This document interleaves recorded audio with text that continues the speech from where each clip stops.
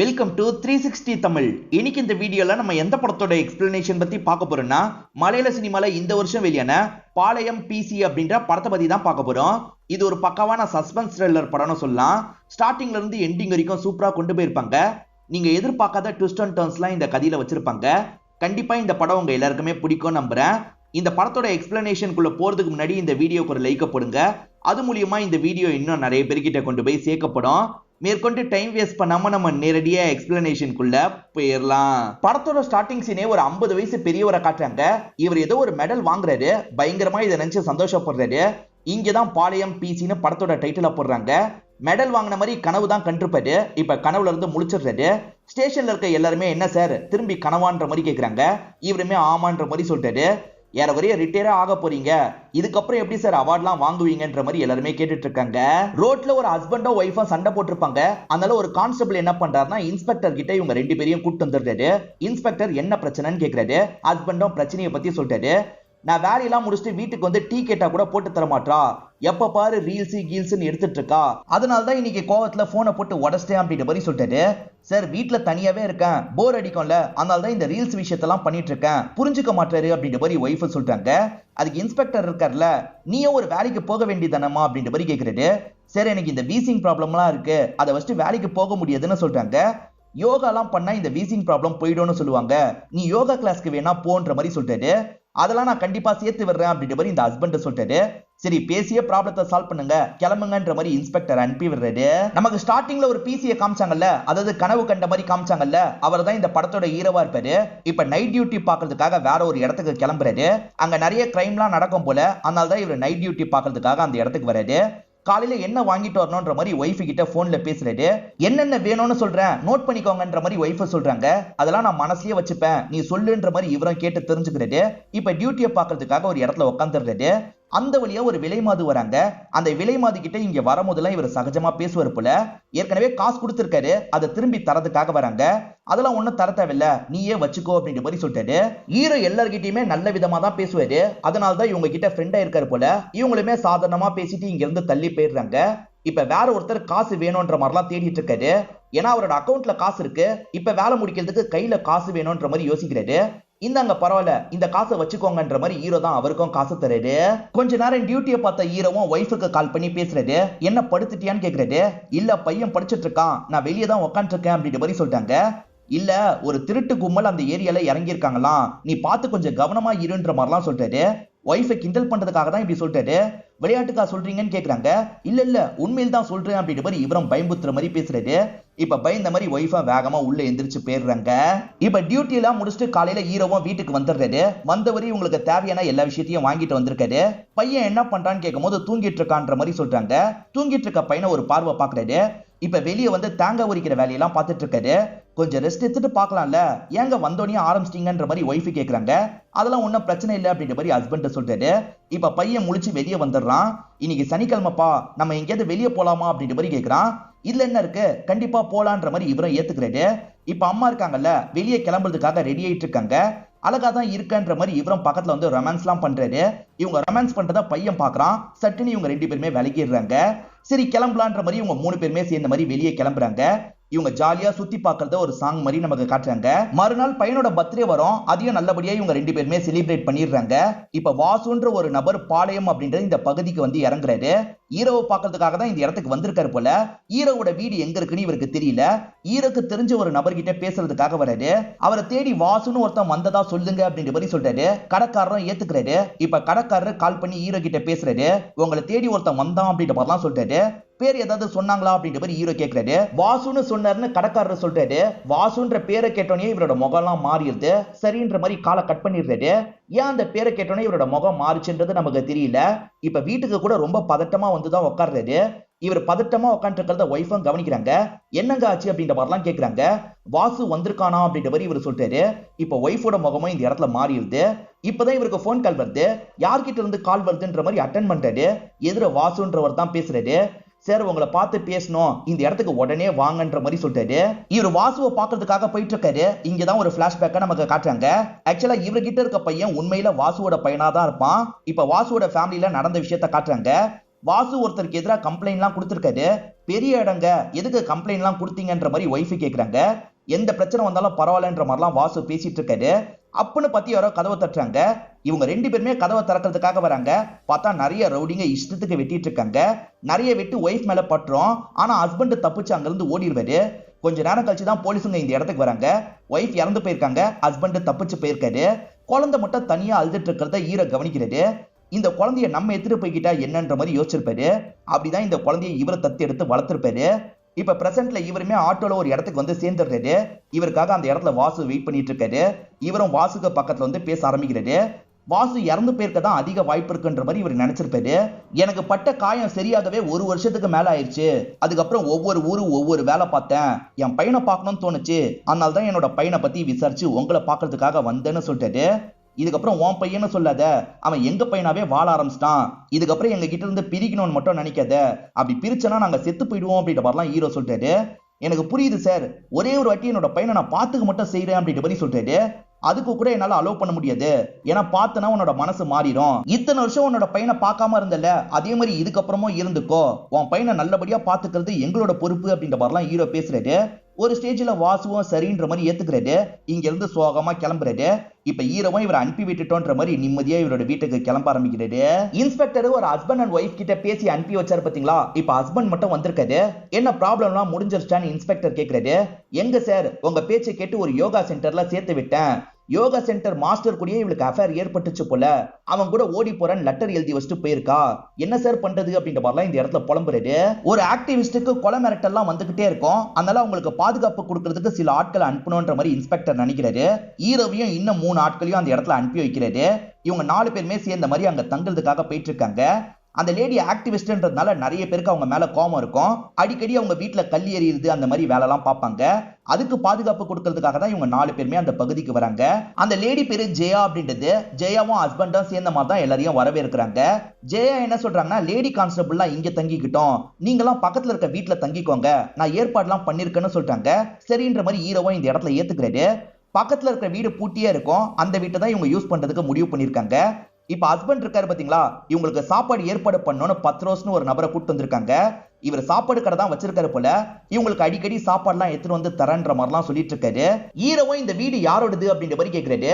Jaya husband இருக்காருல, ரோஸ்மேரின்னு ஒரு பொண்ணு தனியா இருந்துட்டு இருந்தா, அவ இறந்து போயிட்டா, அந்த வீடு தான் தந்திருக்கோம் அப்படின்ற மாதிரி சொல்லிட்டாரு. ஓஹோ, அந்த பொண்ணு இறந்து போனது இந்த வீடு தானா அப்படின்ற மாதிரி ஹீரோ கேட்டுக்கிறாரு.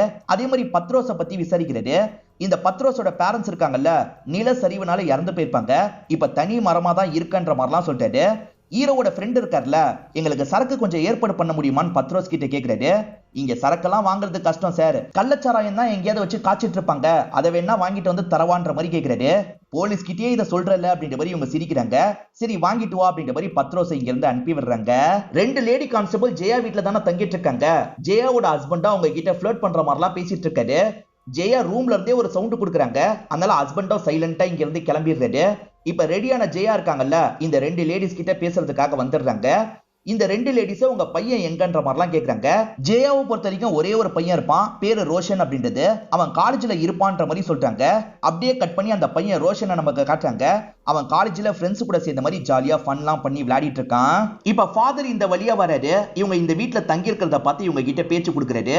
ஓஹோ, திரும்பி ஜெயாக்கு பாதுகாப்பு கொடுக்கறதுக்காக தான் வந்திருக்கீங்களான்னு கேக்குறாரு. ஆமான்ற மாதிரி வந்திருக்க போலீஸுங்களும் சொல்றாங்க. இப்ப ஃபாதரும் கொஞ்ச நேரம் இவங்க கிட்ட பேச்சு கொடுத்துட்டு இருக்காரு. அப்பதான் முட்டை விக்கிற மாதிரி ஒரு லேடி இந்த வழியா வராங்க. முட்டை வேணுமா முட்டை வேணுமான்னு கேக்குறாங்க. ஹீரோவும் கொஞ்சம் வாங்கிக்கோ அப்படின்ற மாதிரி ஃப்ரெண்டு கிட்ட சொல்லிட்டாரு. இப்ப ஃப்ரெண்ட் இருக்கார்ல, காசு கொடுத்து கொஞ்சம் முட்டையை வாங்கிக்கிறாரு. பையன் படிச்சுட்டு இருக்கும் போது அப்பா கிட்ட இருந்து போன் கால் வருது. பையனும் அட்டன் பண்ணி பேசுறான். எப்பதான்ப்பா நீங்க வருவீங்க, நீங்க இல்லாம ரொம்ப போர் அடிக்குது அப்படின்ற மாதிரிலாம் சொல்றான். டியூட்டி இன்னும் கொஞ்ச நாள்ல முடிஞ்சிரும்பா, நான் சீக்கிரமா வந்துடுறேன் அப்படின்ற மாதிரி சொல்லிட்டாரு. பையனும் சரின்ற மாதிரிலாம் ஏத்துக்கிறான். பத்ரோஸ் இருக்காரு பாத்தீங்களா, சரக்கெல்லாம் ஏற்பாடு பண்ணி உங்க கிட்ட தரதுக்காக வந்துடுறாரு. நீயும் சேர்ந்து அடின்ற மாதிரி அந்த ஃப்ரெண்டு சொல்லிட்டாரு. இல்ல சார், நான் சரக்கெல்லாம் அடிக்க மாட்டேன், வெறும் பாக்கு மட்டும் தான் போடுவேன் அப்படின்ற மாதிரி சொல்றான். நல்லதுதான் அப்படின்ற மாதிரி ஹீரோவும் சொல்லிட்டாரு. இப்ப ஹீரோவும் அவரோட ஃப்ரெண்டும் சேர்ந்து சரக்கு அடிக்கலான்ற மாதிரி முடிவு பண்றாங்க. இப்ப இன்ஸ்பெக்டர் போற வர வண்டியெல்லாம் செக் பண்ணிட்டு இருக்காரு. அந்த வழியா ஸ்டார்டிங்ல காமிச்ச ஹஸ்பண்ட் வராரு. அந்த ஹஸ்பண்டும் வேகமா இன்ஸ்பெக்டர் கிட்ட பேசுறதுக்காக வராரு. என் ஒய்ஃப் அவர் கூட ஓடி போயிட்டதான் நினைச்சேன், ஆனா நடந்ததே வேற சார். அவன் குருஜி கிடையாது, சரியான ஃப்ராடு போல. அந்த இடத்துல பயங்கரமா ட்ரக் எல்லாம் ஓடுது சார். என் ஒய்ஃபை மிரட்டி தான் இப்படி பண்ண வச்சிருக்கான். என் ஒய்ஃபை எப்படியாவது காப்பாத்தித்தாங்க அப்படின்ற மாதிரிலாம் இவர் கேட்கிறாரு. என்னையா சொல்ற, கன்ஃபார்மா தெரியுமான்ற மாதிரி கேக்குறாரு. கன்ஃபார்மா அந்த இடத்துக்கு போனீங்கன்னா ட்ரக் ஓடிட்டு இருக்கிறத நீங்களே பாப்பீங்கன்ற மாதிரி சொல்றான். இப்ப இவருமே கிளம்பி அந்த ஸ்பாட்டுக்கு வந்துடுறாரு. போலீஸ் வந்திருக்காங்கன்னு தெரிஞ்சோன்னே எல்லாருமே தெரிச்சு ஓடுறாங்க. எப்படியாவது பிடிக்கணும் அப்படின்ற மாதிரி இன்ஸ்பெக்டரும் ஆளுங்களும் சேர்ந்த மாதிரி துரத்துறாங்க. ஒரு ஸ்டேஜ்ல சம்பந்தப்பட்ட எல்லாரையும் பிடிச்சிடுறாங்க.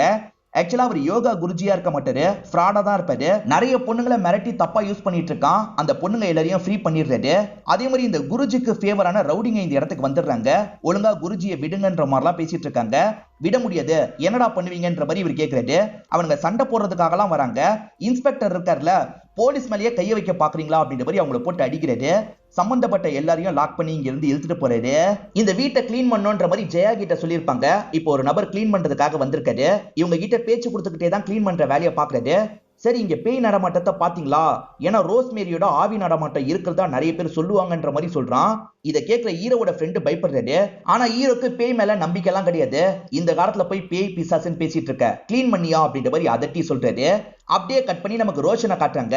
ரோஷன் எப்ப பாரு ஃப்ரெண்ட்ஸ் கூட சேர்ந்து ட்ரக் எல்லாம் எடுப்பான் போல. இப்ப ட்ரக் எடுத்துட்டு இருக்கும் போது ரோஸ்மேரியோட டாபிக் வருது. ரோஸ்மேரி பின்னாடியே இந்த ரோஷன் சுத்திட்டு இருந்தான் போல. ஆனா ரோஸ்மேரி கண்டுக்கவே இல்ல.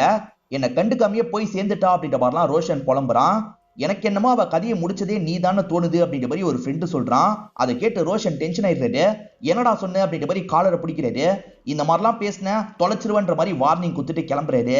நம்ம ஹீரோ இருக்கார்ல, பக்கத்துல இருக்க பெட்டி கடையில பேஸ்ட் பிரஷ் எல்லாம் வாங்குறதுக்காக வந்திருக்காரு. இப்ப பிரஷ் பேஸ்ட் எல்லாம் வாங்கிட்டு நடக்க ஆரம்பிக்கிறாரு. அப்படி நடந்து போகும்போது ஏதோ ஒரு விஷயத்த பாக்குறாரு போல. பார்த்தவரோட முகமே டோட்டலா மாறிடுது. கொஞ்ச நேரம் அந்த இடத்தையே பார்த்துட்டு இருக்காரு. அதுக்கப்புறம் அங்க இருந்து கிளம்பிடுறாரு. ஹீரோ என்ன பார்த்தாரு அப்படின்றத நமக்கு காட்ட மாட்டாங்க. பத்ரோஸ் எடுத்துட்டு வர சமயம் மட்டும்தான் இவங்களால சாப்பிட முடியுது. மத்தபடி ஒரு டீ காஃபி கூட குடிக்க முடியல. கிச்சனுக்குள்ள போகவே பயமா இருக்கு அப்படின்ற மாதிரிலாம் ஃப்ரெண்டு சொல்லிட்டு இருக்காரு. இதெல்லாம் காதுல வாங்கிட்டு இருக்க ஹீரோ இருக்காருல்ல, உனக்கு இப்ப டீ காஃபி குடிக்கணும் அவ்வளவுதானே, நான் போட்டு எடுத்துட்டு வரேன் அப்படின்ற மாதிரி கிச்சனை நோக்கி போறாரு. ஃப்ரெண்டு வேணான்னு சொல்லிட்டாரு. ஹீரோ அதெல்லாம் காதுல வாங்க மாட்டாரு. இப்ப கிச்சனுக்கு வந்து கேஸை செக் பண்றாரு. கேஸ் சுத்தமா இல்ல. விறகு மூலியமா தான் செய்யணும்னு முடிவு பண்றாரு. பின்னாடி விறகெல்லாம் போட்டு வச்சிருக்காங்க. அதுல இருந்து விறகை எடுத்துட்டு இருக்காரு. அப்படி எடுத்துட்டு இருக்கும் போது ஏதோ ஒண்ணு பாக்குறாரு போல. என்ன பாக்குறாரு அப்படின்றத நமக்கு கிளியரா காட்ட மாட்டாங்க. ஆனா பார்த்தவரோட முகம் இந்த இடத்துல டோட்டலா சேஞ்ச் ஆகுது. இங்கதான் படத்தோட இன்ட்ரோல போடுறாங்க. ரோஸ்மேரியோட கல்லறை சர்ச்சுக்கு பக்கத்துல இருக்கிற இடத்துல தான் இருக்கும். இப்ப அந்த இடத்துல மனுன்ற ஒரு நபர் ஃபீலிங்கா உட்காந்து இருக்காரு. இப்ப அங்கிருந்து கிளம்புறதுக்காக நடக்கிறாரு. இந்த விஷயத்தெல்லாம் சர்ச்சு ஃபாதர் பாக்குறாரு. மனு, நீ இன்னும் அவளையே நினைச்சிட்டு இருக்கன்னு எனக்கு புரியுதுப்பா. ஆனா நீ லைஃப்ல மூவ் ஆன் பண்ணும், புரிஞ்சுக்கோ அப்படின்ற மாதிரி சொல்லிட்டாரு. சரின்ற மாதிரி மனுவும் சோகமா கிளம்புறாரு. ஜெயா வீட்டுக்கு பக்கத்துல ஜெயா இந்த சீப்பான ஆக்டிவிட்டி எல்லாம் நிறுத்து அப்படின்ற மாதிரி யாரோ எழுதிட்டு போயிருக்காங்க. ஜெயாவை கொஞ்சம் திட்டுற மாதிரி தான் எழுதிட்டு போயிருக்காங்க. இதை பாக்குற ஜெயா பயங்கரமா டென்ஷன் ஆகுறாங்க. இந்த மாதிரிலாம் நடக்க கூடாதுன்றதுக்காக தான் உங்களை பாதுகாப்புக்காக வர வச்சிருக்கேன், எப்படி இதை நடக்க விட்டீங்க அப்படின்ற மாதிரி லேடி கான்ஸ்டபிள திட்டிட்டு இருக்காங்க. லேடி கான்ஸ்டபிள் கால் பண்ணி ஹீரோ கிட்ட இந்த விஷயத்த சொல்லிட்டாங்க. இப்ப ஹீரோவும் வேகமா கிளம்பி அந்த ஸ்பாட்டுக்கு வந்துடுறாரு. தெரியாம தப்பு நடந்துருச்சு மேடம், இதுக்கப்புறம் நடக்காத அளவுக்கு நான் பாத்துக்கிறேன் அப்படின்ற மாதிரி சொல்லிட்டாரு. சரின்ற மாதிரி ஜெயா ஏத்துக்கிறாங்க. இப்ப ஹீரோவும் இன்ஸ்பெக்டருக்கு கால் பண்ணி பேசுறாரு. ரோஸ்மேரியை யாரோ கொலை பண்ணிருப்பாங்க, குற்றவாளி யாருன்றது கடைசி வரைக்கும் தெரிஞ்சிருக்காது. அதுல சின்னதா ஒரு லீட் எனக்கு கிடைச்சிருக்கு சார், நான் விசாரிக்கவா அப்படின்ற மாதிரி கேட்கிறாரு. தாராளமா விசாரணையை கண்டினியூ பண்ணு, எதாவது தெரிய வந்தா உடனே என்கிட்ட சொல்லுன்னு சொல்றாரு. சரின்ற மாதிரி ஹீரோவும் ஏத்துக்கிறாரு. இப்ப ஹீரோவோட ஃப்ரெண்ட் இருக்காரு பாத்தீங்களா, மனுவோட வீட்டுக்கு வந்து காலிங் பெல் அடிக்கிறாரு. மனுவும் என்ன விஷயம் வெளியே வந்து கேட்கிறாரு. எங்க சார் உங்ககிட்ட பேசணும்ன்ற மாதிரி சொன்னாரு, நீங்க ஃப்ரீயா இருக்கப்ப வீட்டுக்கு வர முடியுமான்னு கேக்குறாரு. சரின்ற மாதிரி மனு ஏத்துக்கிறாரு. இதனால அசிஸ்டன்ட்டும் இங்க இருந்து கிளம்பிடுறாரு. வேற ஒரு நாள் மனுவும் பேசுறதுக்காக வந்துடுறாரு. ஹீரோ இருக்காருல, நீங்க ரோஸ்மேரியை கல்யாணம் பண்ணிக்கணும்னு ஆசைப்பட்டீங்கன்னு எனக்கு தெரியும், அதுக்கு முன்னாடி அவங்க இறந்து போயிட்டாங்க, அவங்கள பத்தி சொல்ல முடியுமான்னு கேக்குறாரு. சொல்றேன்ற மாதிரி மனுவும் சொல்றாரு. அப்படியே கட் பண்ணி நமக்கு பிளாஷ்பேக்கை காட்டுறாங்க. இந்த ரோஸ்மேரி இருக்காங்க பாத்தீங்களா, சர்ச்சில் பாடுற வேலையெல்லாம் பார்ப்பாங்க. சர்ச்சுக்கு ரெகுலரா வர மனுக்கு லைட்டா இவங்களை பிடிக்க ஆரம்பிச்சிருது. ஆக்சுவலா ரோஸ்மேரியோட அம்மாலாம் இறந்து போயிருப்பாங்க. ரோஸ்மேரி தனியாளு, அதனால ஃபாதர் கிட்ட பேசலான்ற மாதிரி ஃபாதர் கிட்ட தான் இவர் பேசியிருப்பாரு. ரோஸ்மேரி தனியாளுன்னு சொன்னா பாத்தீங்களா, இப்ப வீட்டுக்கு தான் நடந்து போயிட்டு இருக்காங்க. ரோஷன் வீடு பக்கத்துல தானே இருக்கு. ஃப்ரெண்ட்ஸ் கூட ஒரு இடத்துல உட்காந்து இருக்கான். இவங்க நடந்து போயிட்டு இருக்கும் போது இவங்க கிட்ட கெலாட்டா பண்றான். அடிக்கடி கெலாட்டா பண்ணுவான் போல. இவங்க பயங்கரமா டென்ஷன் ஆகுறாங்க. இதுக்கப்புறம் கெலாட்டா பண்ற வேலை வச்சுக்கிட்ட போலீஸ் கிட்ட சொல்லிடுவேன்னு கிளம்புறாங்க. மனு இருக்கார்ல, எனக்காக பேசுங்கன்ற மாதிரி தான் ஃபாதர் கிட்ட சொல்லியிருப்பாரு. நான் உன்னை பத்தி எல்லா விஷயத்தையும் அந்த பொண்ணு கிட்ட சொல்லிட்டேன். அந்த பொண்ணுக்குமே உன்னை பிடிச்சிருக்க மாதிரி தான் தெரியுது, நீயே பார்த்து பேசுப்பா, அந்த பொண்ணு நாளைக்கு இந்த இடத்துல வெயிட் பண்ணுவா அப்படின்ற மாதிரி சொல்லிட்டாரு.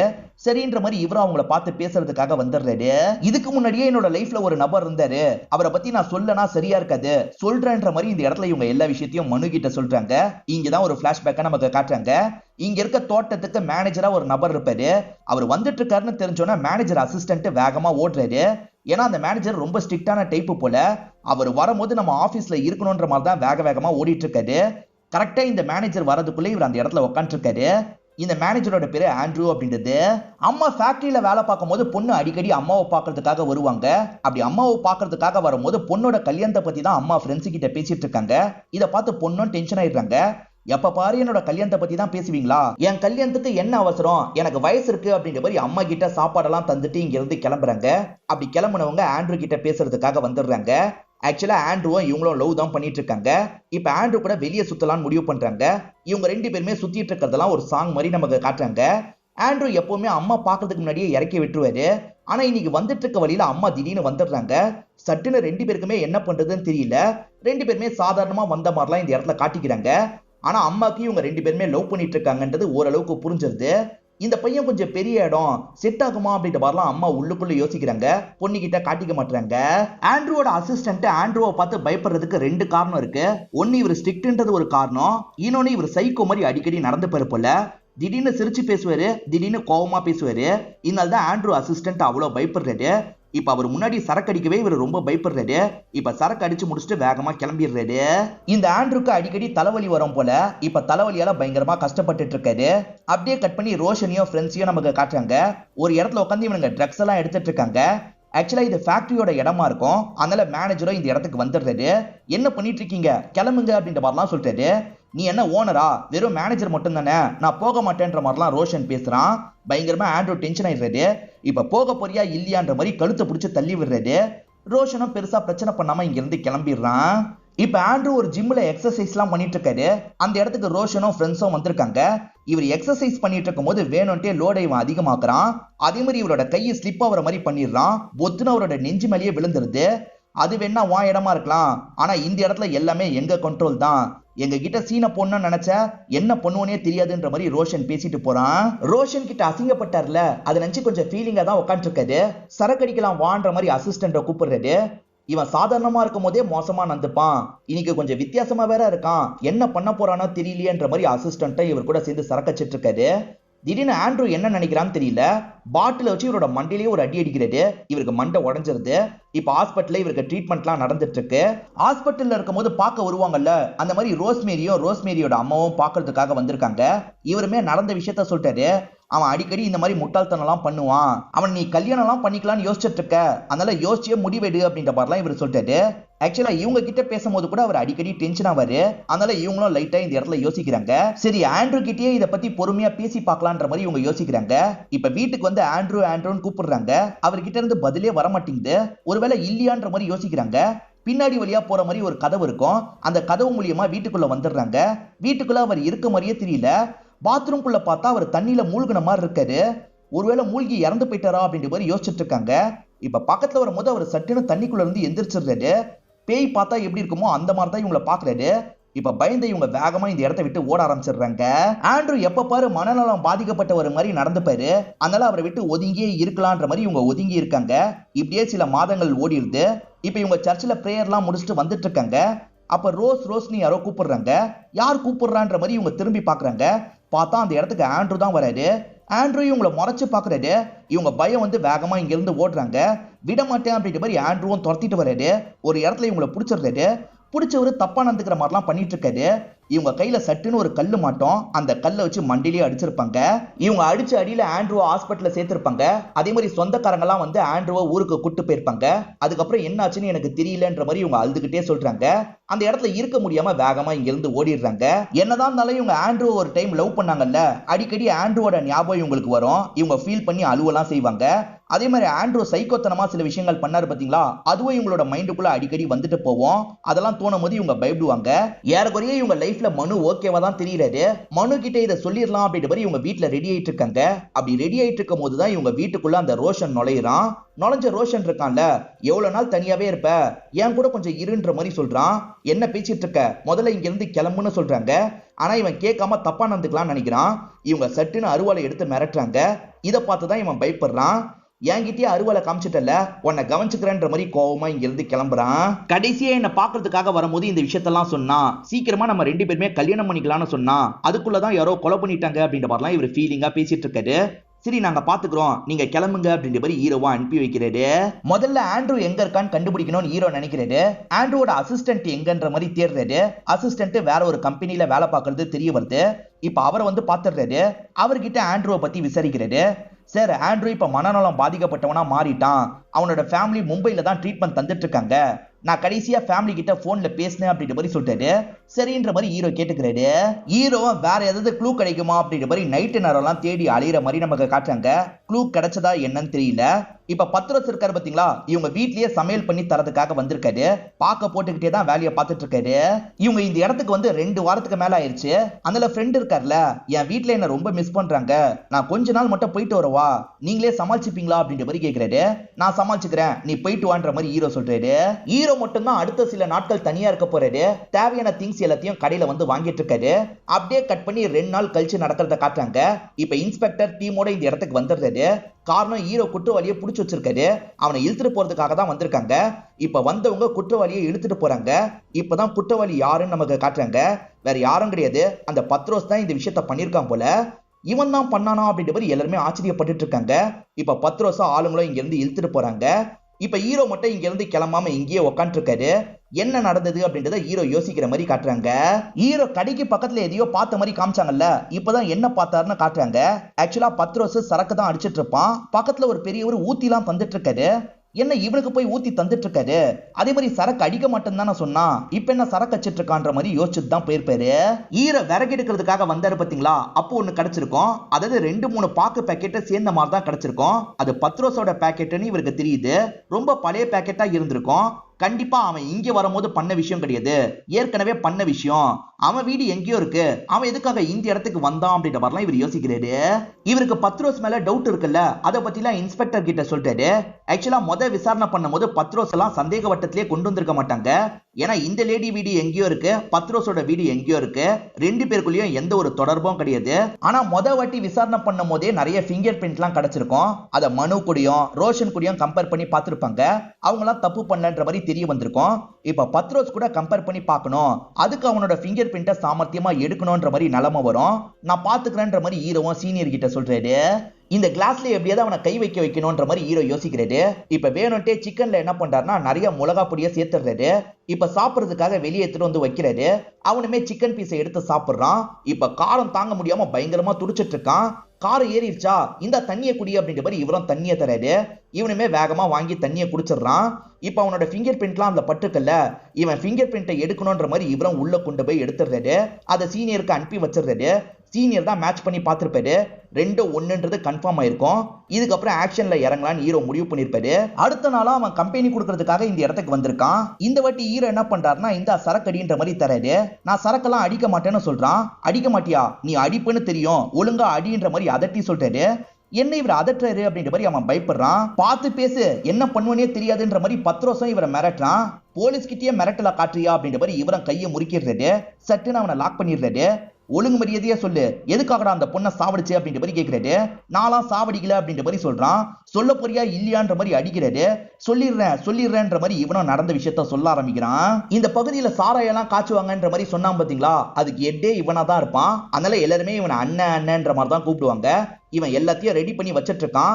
அப்பன்னு பார்த்து போலீஸ் இந்த இடத்த கண்டுபிடிச்சு வந்துடுறாங்க. இவனுங்க எல்லாருமே இங்க இருந்து தெரிச்சு ஓடிட்டு இருக்காங்க. போலீஸுங்க ஒவ்வொருத்தரும் ஒவ்வொரு பக்கம் துரத்திட்டு இருக்காங்க. இவனும் தப்பிக்கணும்னா இந்த பக்கம் தான் போகணுன்ற மாதிரி வேற ஒரு பக்கம் ஓடிடுறான். இவன் வந்திருக்கிறது ரோஸ்மேரியோட வீடா தான் இருக்கும். போலீஸ் போற வரைக்கும் இங்கே இருப்போன்ற மாதிரிலாம் இவன் நின்னுட்டு இருக்கான். எதர்ச்சியா ரோஸ்மேரி அந்த இடத்துக்கு வந்துடுறாங்க. இவனை பார்த்து சட்டுன்னு கத்துறதுக்காக போறாங்க. கத்திராது அப்படின்ற மாதிரி இவனும் வாயை க்ளோஸ் பண்றான். ஆனா அவங்க திரும்ப திரும்ப கத்துறதுக்கு ட்ரை பண்றாங்க. இவனுமே வேகமா அவங்கள ஒரு இடத்துல தள்ளுறான். அவங்களோட தலை பலமா ஒரு இடத்துல இடிச்சிருது. ஸ்பாட்லயே அவங்க இறந்து போயிடுவாங்க. அவங்க இறந்து போனாங்கன்னு கூட இவனுக்கு தெரியாது. இவன் பாக்க போட்டுட்டு இங்க இருந்து கிளம்பிடுறான். இப்படிதான் பாக்கு கவர் அந்த இடத்துல விழுந்திருக்கும். இப்படிதான் ரோஸ்மேரி இறந்து போனாங்கன்றத நமக்கு காட்டுறாங்க. ஹீரோவும் இப்ப இந்த கேஸை முடிச்சிடுறாரு. இதுக்கப்புறம் ஜெயாக்கு பெருசா பிரச்சனை வர வாய்ப்பு இல்ல. அதனால இவங்க எல்லாருமே இங்க இருந்து கிளம்பலாம்னு நினைக்கிறாங்க. மனு கிட்ட இவர் என்ன சொல்றாருன்னா, லைஃப்ல மூவ் ஆன் பண்ணாம இருக்காதீங்க, சீக்கிரமா மூவ் ஆன் பண்ணுங்கன்னு சொல்றாரு. சரின்ற மாதிரி மனுவும் இந்த இடத்துல ஏத்துக்கிறாரு. இவர் இந்த விஷயத்த பண்ணனால இவருக்கு அவார்டு ஒதுக்கி இருப்பாங்க. இன்ஸ்பெக்டர் பேசிதான் இந்த அவார்டுக்கான வேலையெல்லாம் பண்ணிருப்பாரு. இப்ப இன்ஸ்பெக்டரும் ஹீரோவை பாராட்டுறாரு. ஹீரோவும் சந்தோஷமா இந்த இடத்துல அவார்ட்லாம் வாங்கிட்டு இருக்காரு. ஹீரோவோட கனவு நிஜமாயிடுச்சு அப்படின்ற மாதிரி காமிச்சு நமக்கு படத்தை முடிச்சிடுறாங்க. இந்த படம் உங்க எல்லாருக்குமே பிடிச்சிருக்கும்னு நம்புறேன். இந்த வீடியோ உங்களுக்கு பிடிச்சிருந்ததுன்னா லைக் பண்ணுங்க, கமெண்ட் பண்ணுங்க, மறக்காம 360 தமிழ் சேனலை சப்ஸ்கிரைப் பண்ணுங்க. தொடர்ச்சியா இந்த மாதிரி வீடியோக்கள் வந்துகிட்டே தான் இருக்கும்.